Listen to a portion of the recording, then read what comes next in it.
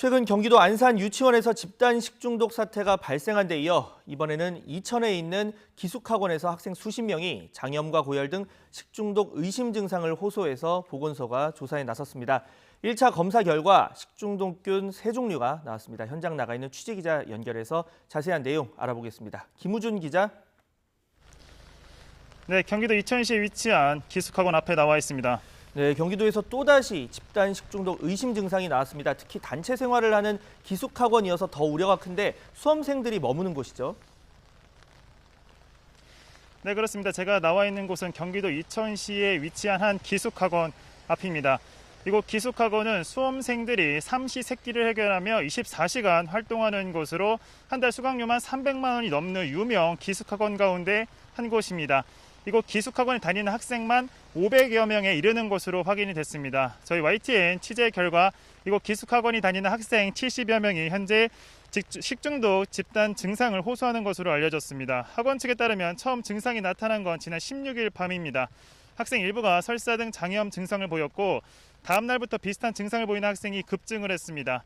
대부분 복통과 고열 등을 호소하고 있는데 가벼운 증상을 보이는 학생들까지 포함하면 학원이 파악한 유증상자는 117명인 것으로 나타났습니다.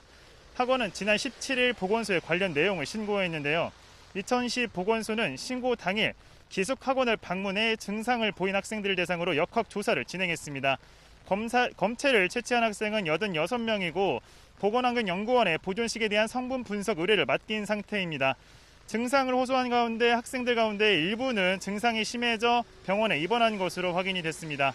고열이 나타난 학생들도 있어 코로나19 진단 검사도 같이 진행을 했는데 검사 결과 전원 음성 판정이 나왔습니다. 이른바 햄버거병으로 알려진 용혈성 요독 증후군 증상을 호소한 학생은 없는 것으로 조사됐습니다.